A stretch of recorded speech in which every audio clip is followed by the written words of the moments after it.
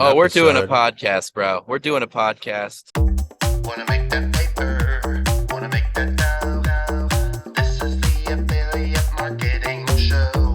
Wanna make that paper, wanna make that now. This is the What's up, everybody? This is affiliate Josh coming to you with another episode of the Affiliate Marketing Show. Please be sure to like, follow, and subscribe to stay up to date on all the latest affiliate marketing news, tips, and trends.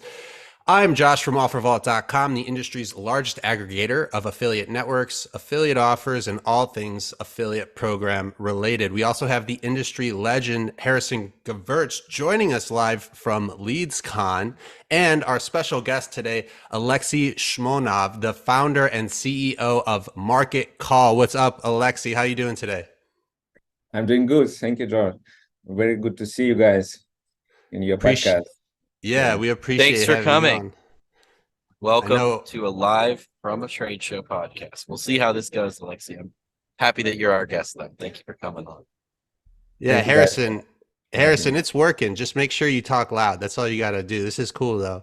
So, Alexey, should I call you Alex or Alexey? What do you prefer? Just so I know. Alex, you can say. All right, we'll go with Alex then. So, Alex, I know you were Yeah, at, you know I can do the both. So yeah, this is not marketing related, but more so just a selfish question I wanted to talk to you about. I know you went to Burning Man just a few weeks yeah, ago, and it was all up in the news for protesters blocking the one road to get in, creating a crazy line to get into the festival. Then once you're at the, I don't know, festival, you can tell me if that's the proper way to refer to it. Once you're at the Burning Man experience, it pours, turning it into a desert mud pit. I saw a ton of pictures.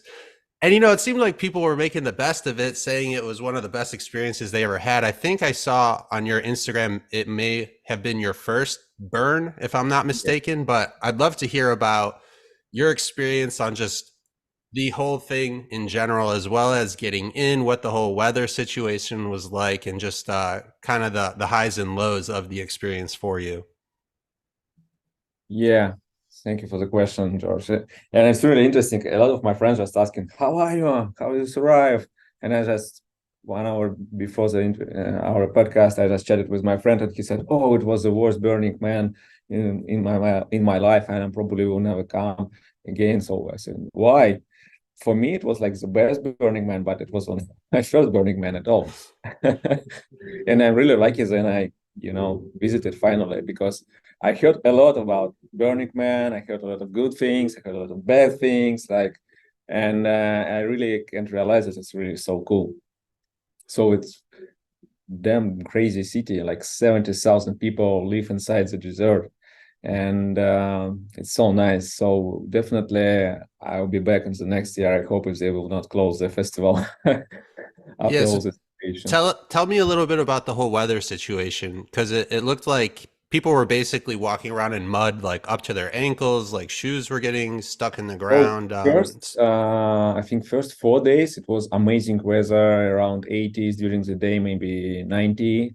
But I know previous year it was like 110, dust and everything else. So for us, first 4 days it was amazing weather. So night, day, it doesn't matter. So you can go, you can make photos, interact, dancing, and something happened, on first day. So weather completely changed. So I think afternoon it started raining, and then rain like for at least 8 hours, and basically people just you have to drive like your bike or something else, and they just forgot it in the mud, put it and just go ahead. And yeah, it's changed, but a lot of people were really upset because basically, can you imagine if on one of your legs you wear like at least I think 6 pounds of mud? So Yeah, on those legs you're wearing like 10 to 15 pounds of mud, and it's really hard to go with.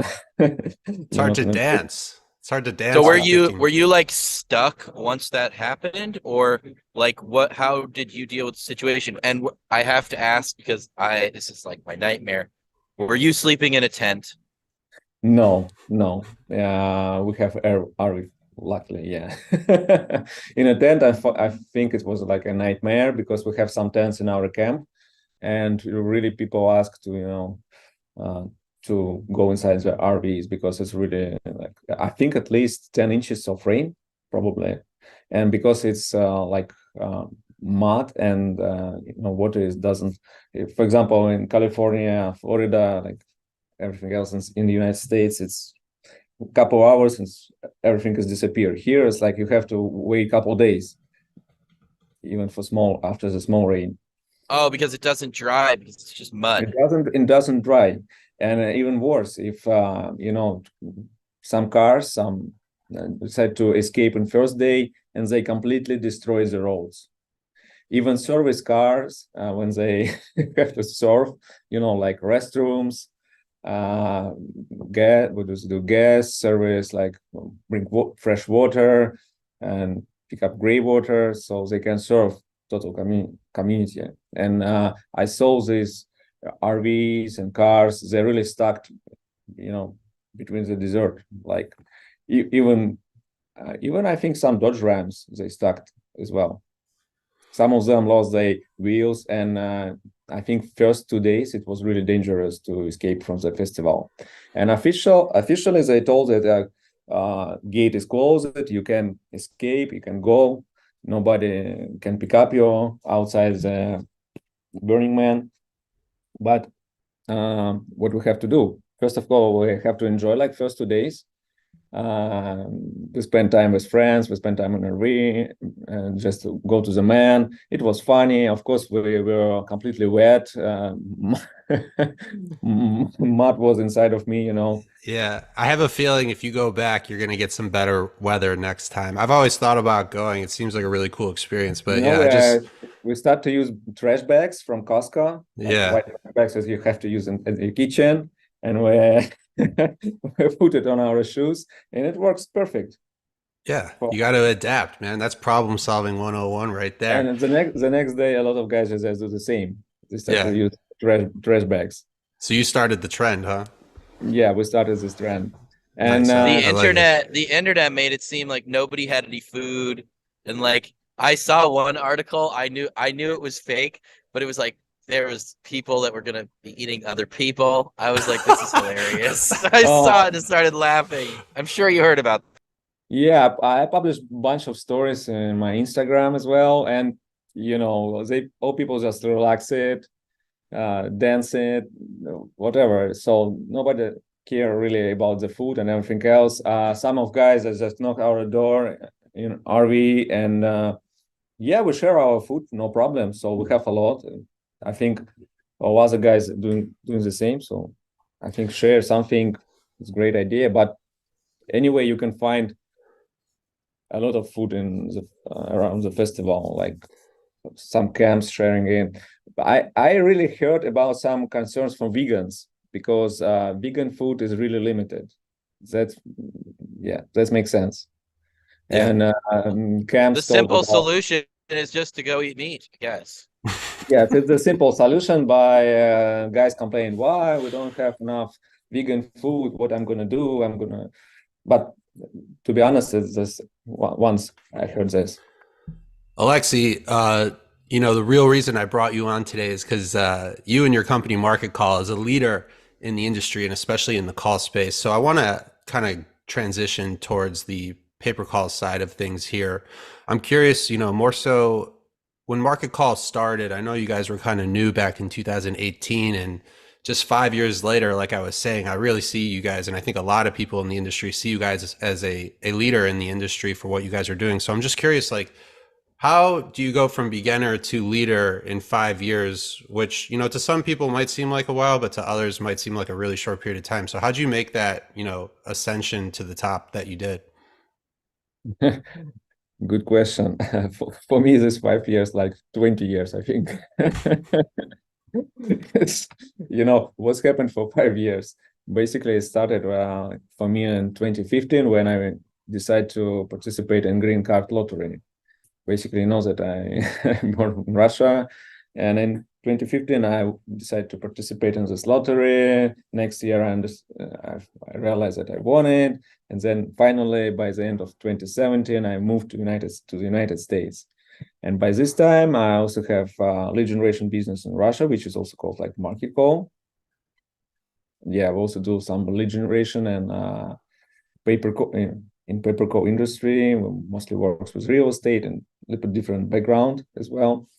And these 5 years were really challenging for me, for my company, and team. All COVID issues, what we faced. I remember my first trade show. It was in 2018, and what I really understand after that market is completely different than Russian market and Europe market, and different verticals, different approach, angles, completely different mindset. What I like to say, and then we started to try and found out our verticals, what we can do. By 2020, I mean, we can found like our main vertical is travel. And what's happened with travel in February and March of 2020. I remember like our revenue dropped in a month like to 96% probably. Yeah. And Wow. yeah, so how'd you guys from that diversify your verticals? Yeah, I was gonna ask, how'd you guys adapt? Like, what was your strategy to kind of pivot when that happened with COVID? Where'd you guys kind of turn to, and how'd you make it happen? Yeah, we tried to look to other verticals and can find some opportunity within insurance verticals like auto insurance, health insurance, ACA. And hopefully and luckily for us, digital marketing is just blow up at this time in these verticals. And we start to do business, mostly focus it in insurance verticals, start to grow these verticals, and then try other verticals because we are already learned our lesson that you have to diversify your business. Finally, we start to work in, I think now we have around 10 different verticals, but most, I think, popular within the industries that we use. Do you think the COVID effect is like behind us? Do you see travel is kind of starting to make a comeback? I'm sure it's not quite where it was. I think when it was. I think it's stronger than from before, actually, Josh. But I'm curious what you think. Harrison, you are exactly right. It's stronger than before, and commissions are higher, and payouts are higher as well for affiliates. I think it started to come back like since May, maybe June of 2020, to be honest. So some crazy people decide to travel by this time, and completely, I think it came back by 2021. So this summer 2021, I think officially we have the same volume as before. I mean, yeah, like, as a consumer, I see the demand to travel is crazy. Like everything's sold out. Every flight is full. Like it's back to what it was before COVID plus some. So it's pretty crazy. That's for sure. Even flight to Vegas from LA, sometimes you can find free seats on airplanes. So yeah, it's crazy, and prices like skyrocketed. I think previously you can fly to New York like for 100, 200, now just sometimes 500 to one-way flight. Yeah. Alex, what do you think is like the biggest verticals in the pay-per-call space for this time of year, like going into the fall, the early winter? What do you think is hot right now, and what should affiliates and publishers kind of be looking out for and getting ready for going into this time of year? Yeah, good question, Josh. It's good timing exactly right now for insurance, Medicare and ACA, of course. I think next like three months, it's going to be rough. So most profits, can be made by this time. So do you guys have to adjust anything like internally on your end at like the network level that kind of helps you get ready for that influx of traffic with those specific verticals, or is it kind of business as usual? Of course, no, it's like a special period for us, almost like Black Friday for e-commerce. It's like the Super Bowl of Super Bowl, pay-per-call. yeah. It's coming up. You have to be ready. You have to buy beer, sandwiches, hot dogs, have enough amount on your bank accounts and credit lines. So do you guys actually do anything different though? Is it like longer work days, or do you do any kind of training beforehand with the team to get them ready, or are they like always ready because it's kind of the same people from last year and they know what to expect? Probably as they know to expect. It's not our first year with insurance space, but yeah, obviously they gonna work like I think 10 to 12 hours at least for these days. Can you talk to me a little bit about the internal media buying team at MarketCall, how you guys work with solo affiliates as well as existing teams in terms of the media buying that you guys do? Yes, internal media buying team is one of our keys, I think, to success in this industry, because it's very important for advertisers, to maintain good quality and lower CPA and everything else. So, of course, internal media buying team, it's very important for our business. So since I think 2020, we decided to create our media buying team and start to hire buyers. We hire individual buyers, and sometimes we hire teams for that. And as I said, it's really important. So if I'm an affiliate that has some profitable campaigns, but I don't have the cash flow in the bank account to maybe scale those campaigns up, how do I work with you to help me on that? Yeah, well, I think last year. So initially we started this business when our affiliates start to chat with us and explain the situations as, hey man, I have some campaigns, but I don't have money. Can you help with that? So we start to establish partnership with such affiliates or affiliate teams and do like factoring for them or financing, invest. We also provide some ad materials. We provide some, for example, Facebook accounts, agent accounts, which is really popular right now because a lot of struggling with Facebook or TikTok or Google stuff. Yeah, so it's kind of partnership between MarketCall and affiliates. Yeah, we really help them. I'm curious, why did you decide to add that, area to your business in 2020? Was it related to COVID and everything that happened at that time, or was it more of a coincidence and you were kind of looking to do it anyways? Did that kind of bring you an opportunity to further diversify the business because you had affiliates that maybe had other campaigns and stuff? I think for both reasons. So from one hand, we have affiliates who is doing, for example, different verticals that we are doing right now, but he needs some money. And from other side, and other hand, so we need to invest, like we're investing money basically and helping affiliate to, instead of doing 5 figures per month, doing 6 figures per month, or even 7 figures per month revenue. Yeah, one of the things you mentioned to me was how MarketCall is now a part of the Inc. 5000 list. And I'm just curious, how does one get on a list like that? Is it? Yeah, what was the process like? What do you have to show them? Oh yeah, you have to sign up on Inc. 5000 website, which is really simple, and then you have to pay, I think, some fee. It's around, for early birds, it's around 500 or 600, maybe later like 800, and then you have to verify your revenue. They compare, for example, this year they compare revenue in 2019 with revenue in 2022. So yeah, they verifying it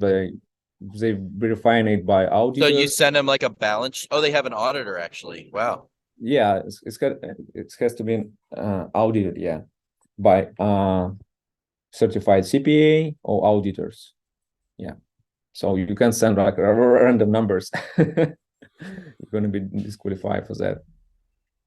Alex, a lot of times we We talk about AI on this podcast quite a bit, but we actually haven't spoken about it a lot. But when we were talking about topics for this episode, you mentioned how you guys use AI to help with the QA process of the calls that you work with. So I'm curious, big picture, what does that actually look like in a real world example for someone watching this episode right now? And then I'm kind of curious what your thoughts are with AI and its potential positive or negative effect in the affiliate space, as well as the pay-per-call space specifically. So how are you actually working with AI in terms of the QA process with calls?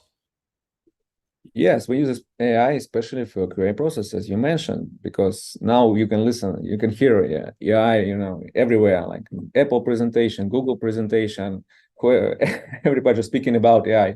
It's starting to put in crypto AI and everything else. So for what is really makes sense for us, it's using it during the quality assurance processes, because previously we use like offshore centers, offshore so outsourced it for us, like listening some calls.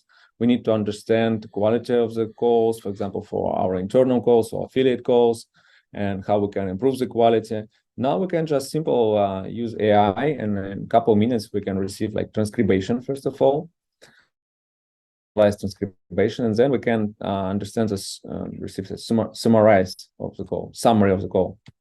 So, for example, that this buyer would like to buy something, but he can't because price was too high for him, or they can't find a tickets for that reason. But so you can do some, find some insights. For example, why you did not offer this buyer something else, why I did not offer like lower price, or maybe it's completely rude agent on the line or something like that. Yeah, and in that case, for us, it's really helpful, because we are doing quality assurance like every day for our campaigns, and it's very important for advertisers. It's like help us to maintain like long-term. When your QA finds a buyer, let's say has a really rude agent on the phone, and that's why they're claiming the quality is bad, then you listen to these calls and you're like, hey, these buyers are not, these agents aren't being kind to the customer. Are your buyers receptive to that feedback, or do they push back? It depends. It depends from the buyer. Some very, because if the buyer really realizes that he left money on the table, yes, right. I think for small companies, they really, reaction is really fast. But for big companies, it may take a while, for them to understand the situation. So Harrison, I'm curious, is Ringba incorporating any type of like AI into their processes right now, or is that something that you guys haven't really had to do at this point? I'm hesitant to use the term AI. We have our predictive routing technology, which essentially determines the most profitable place to send a call. Some people may consider that AI. I believe it is, but I think in general, my opinion on a lot of like the hype of AI these days, like ChatGPT, et cetera, is that a lot of it's more of machine learning output, not actual AI. But I think as technology progresses, we're going to see more and more crazy shit. Alex, what are your thoughts on AI? Kind of part two of the question from before. What are your thoughts on AI in the affiliate space in general, as well as pay-per-call? Like, for example, do you think there's people in the industry that need to worry about losing their jobs, maybe more so on the creative side of things? Or do you really only see this as like a net positive for the space, making us and our businesses more productive? I think for affiliates, it's a really great opportunity, because now previously you have to have like big team to manage all the process, and now even standalone affiliate, he can create videos, ad materials, photos, even voice with AI and text. So opportunity looks like an ocean. I will give affiliates some advice. If you're going to use ChatGPT to write your sponsors, like write your creatives for your ads and stuff, edit them so it sounds like a human. I played a little trick on a friend. I sent him an email and I just ChatGPT'd it completely, and he literally texted me and said, "Bro, are you that lazy that you use ChatGPT to write the email?" And I went, "I was just testing it, but you're not wrong. I did use ChatGPT to write the email." Yeah, sometimes even my school teacher, answered me like that. But If I was in school, I would chat GPT the shit out of that homework. 100%. I don't even, they'd be like, chat GPT is like, what's that? I don't know. I wrote it. But yes, you're right. Unfortunately, now they check everything and how you did it, and they now have even ChatGPT checker and anti-ChatGPT checker, so you can rewrite ChatGPT, to proceed the check.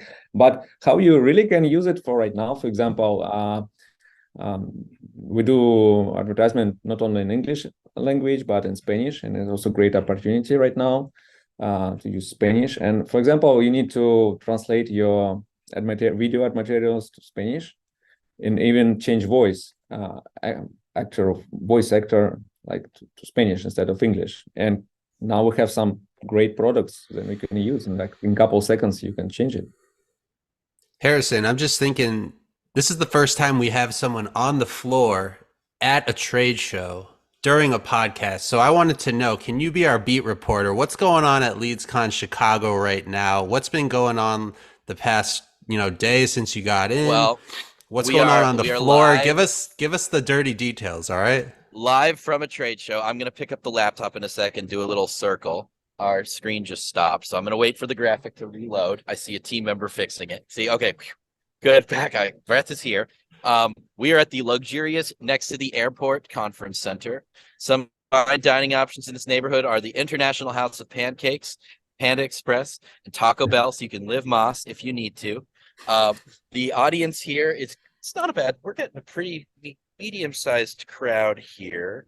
The show this is a first-time show, and this is our new kind of some graphics that we have on Ringba. There's a Ringba logo in the middle there, but my screen doesn't want to pick it up, fortunately.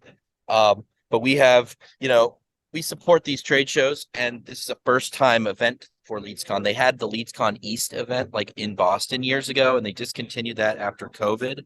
And this is kind of them resurrecting this is them bringing it back again, I guess you could say. And we like this show. I think this show has potential. I really hope they maybe move it back to like not middle of nowhere airport, but downtown Chicago would be way cooler. But overall, pretty good show for sure. And I think there's a lot of potential here. Our team's enjoying it. We have a bunch of clients here, and like I said, the only negative is like where we are physically. This location is not my favorite. Been a good show for sure, and I'm glad that I was able to do this successfully from a trade show. It's kind of cool. We're gonna do like a live podcast from a show one day where it's like really planned out, have the guest like like a news show. It's gonna be awesome. One of these trade shows, maybe affiliate Summit West. Alex, I got one before, yeah, Josh. I think on affiliate Summit West. We tried, but it didn't really work. Oh, that's fine. Alex, I got one more question for you before we let you get out of here.